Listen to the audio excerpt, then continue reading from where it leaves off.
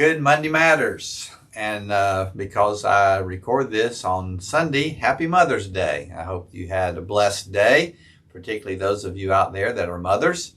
And for those of you that this is a hard Mother's Day, I hope that it was a good day for you and God comforted you and encouraged you, and hope all of you know that you're special every day. As I say to my grandson when I pick him up, I said, did you talk to anyone of the female persuasion?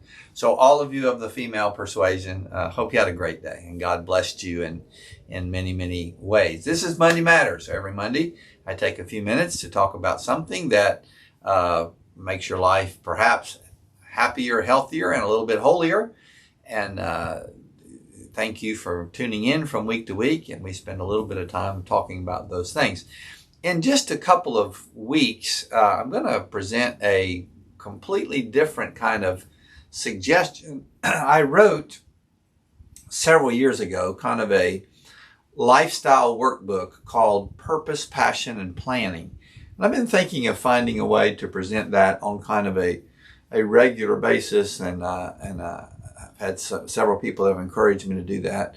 And so in a few weeks, I'm going to talk to you about an opportunity to kind of join in on a seminar type focus where we do that. I'll let you know more about that. That's in the early planning stages. But today, on Monday, I thought we would talk a little bit about toxic people. I listened to a Carey Nieuwhof. Carey Nieuwhof is a wonderful leadership podcast person.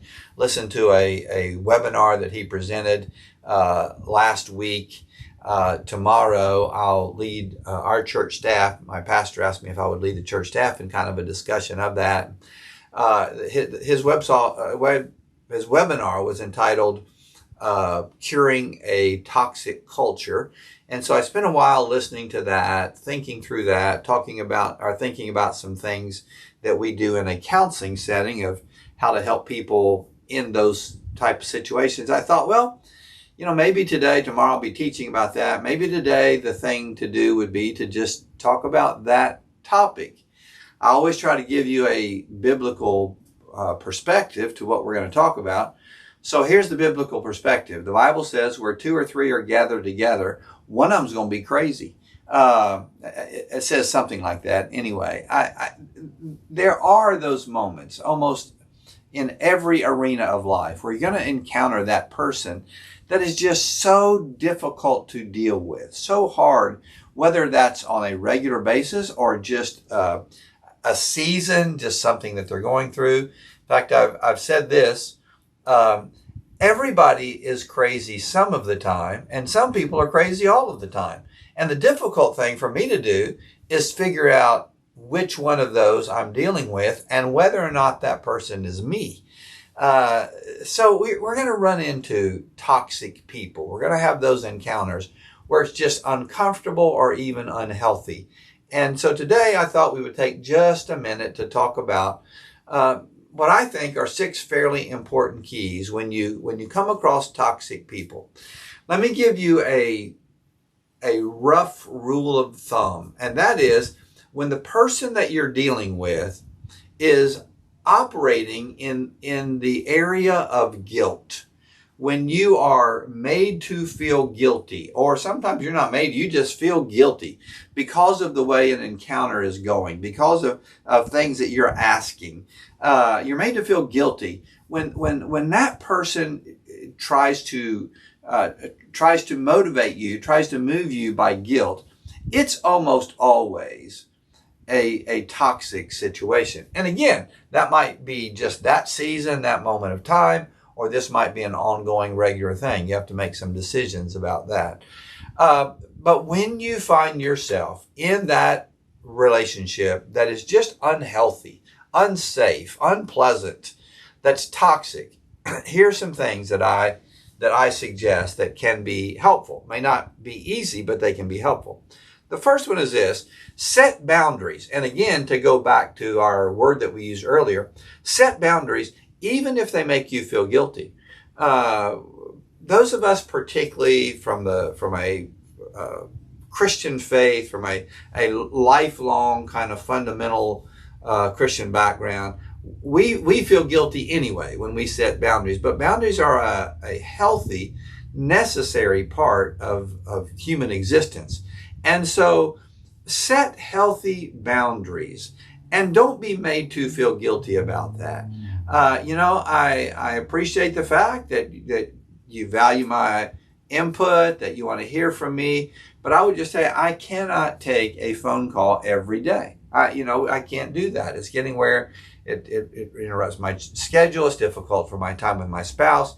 And so I set a healthy boundary. And if you do that with a toxic person, they're going to say, oh, thank you for saying that. That is so wonderful. That helps me a lot. No, they're not. They're going to make you feel guilty. I can't believe you don't care about me. You're just like everybody else. I'm sorry that you feel that way. That's not what I mean. But this is the boundary nonetheless.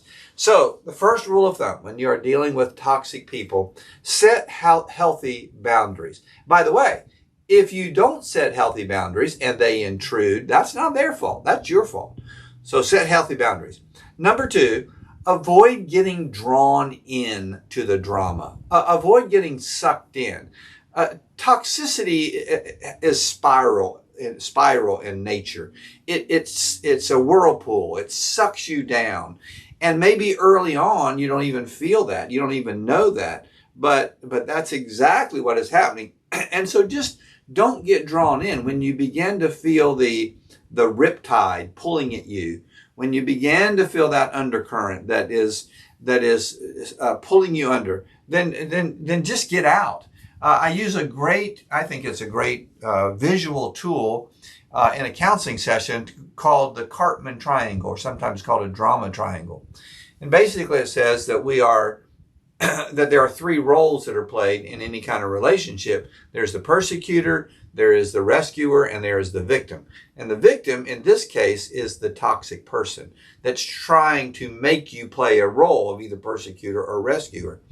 And the only way to win that game is not to play, is not to get sucked in. When the drama is tugging at you, avoid getting drawn in. Just simply, and by the way, in the Cartman Triangle, one of the statements that's made is that the only way out of that is through the persecutor role. You're going to be the bad guy. You're going to be made to feel guilty. But again, it's not what I mean. I'm so sorry that you feel that way. But this is what we have to do right now. Set healthy boundaries. Avoid getting drawn into the drama. Number 3, talk about it even if it's uncomfortable.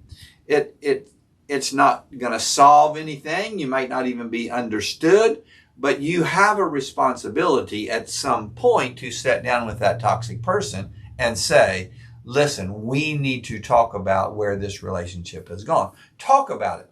Now you need to find a safe way to talk about that. That might be done via email. That might be done Zoom or Skype or something like that. But there does need to be a time where I have been allowed to voice my concern, to say out of my mouth, these are the things that are difficult for me about that relationship. There are times that conversation can remove the toxicity and someone genuinely is not aware of the demands they're making on you, and so that the relationship can be rescued. But it can't be rescued without talking. So talk about it, even if the conversation is uncomfortable. Number 4, once you've talked about it, it doesn't change. Resist trying to fix it. Resist trying to fix it. We can spend the rest of our lives, and again, this is some of my own issue, if I'm the one saying this, if I just work harder at this, if I was just a little more understanding, if I could explain myself better, and we continue to get drawn into the relationship, to this toxic relationship, by continuing to try to fix it. There comes a time where I say, this cannot be fixed, at least right now, at least not in the foreseeable future, and short of God doing something miraculous, it can't be fixed. And so I resist trying to fix it. I'm just going to have to let go of this. I'm not going to be the fixer here. Number 5. Now those 4 are hard. The last 2 are even harder because it takes a lot of good judgment. It takes a lot of spiritual insight. It takes the Holy Spirit, quite honestly, just helping you in this part. The 5th thing, accept toxic people as they are. Some people just simply are that, and they are not going to change. Accept them as they are. If I want any kind of relationship with some toxic people, limited as it may be, I'm just going to have to accept them for the way they are. There have been, I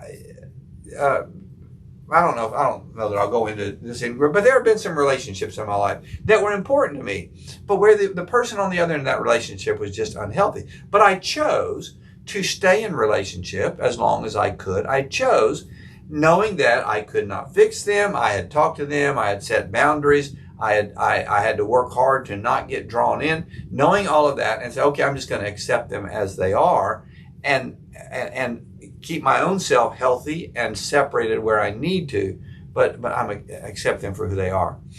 In his podcast or webinar, Carey Nieuwhof said this. He said there's three kinds of people. There are wise people, there are foolish people, and there are evil people. Wise people are healthy. They say the right things. They empower you. They help you. Foolish people can be toxic. They do the wrong thing. They drag you down. And evil people, but they do it out of foolishness. Sometimes they don't know. Evil people are trying to hurt you. He said the evil people, eliminate them. Don't allow them into your life. The foolish people, limit them. Limit the time you spend with them. And the wise people, foster them, nurture them, try to develop them in your life. So accept them as they are. And then here's number 6, maybe the most difficult one of all. Stay connected to toxic people as long as you can. And when you can't, stop. Now, how do you know when that is? Who says to you, okay, now it's time? You. There's no one who knows but you. But I'm going to stay engaged. I'm going to do my best to be Jesus to this person as long as I can. But when it becomes unhealthy, when I am feeling guilty, when I am being drawn into the drug, then I'm not. Then I'm going to take a break. Maybe I take a break for a season. Maybe I take a break permanently. But I'm going to stay connected until I can't. Well, I would love to say to you that you will not run into toxic people, but you will. If you live and breathe, you'll run into toxic people. Jesus said to the disciples, when you go into a village and they are toxic, that's my interpretation, and they're not healthy, he said, just shake the dust off of your feet. There are some times that we have to do that. We're called to love. We're called to be examples of Christ. We're called to be forgivers, but we are not called to live in toxic relationships. So set boundaries, avoid getting drawn in, take time to have a conversation even when it's difficult, resist trying to fix them, accept them as they are, and stay connected until you can't, and then take a break from that. Well, thank you for being a part of my life. I hope this is not toxic for you. You're certainly not toxic for me. I appreciate you being a part of Monday Matters. I'll post something each day on Instagram and Facebook that talks about this. And then join me next week, if you will, for the next Monday Matters. God bless you. Have a wonderful, wonderful day.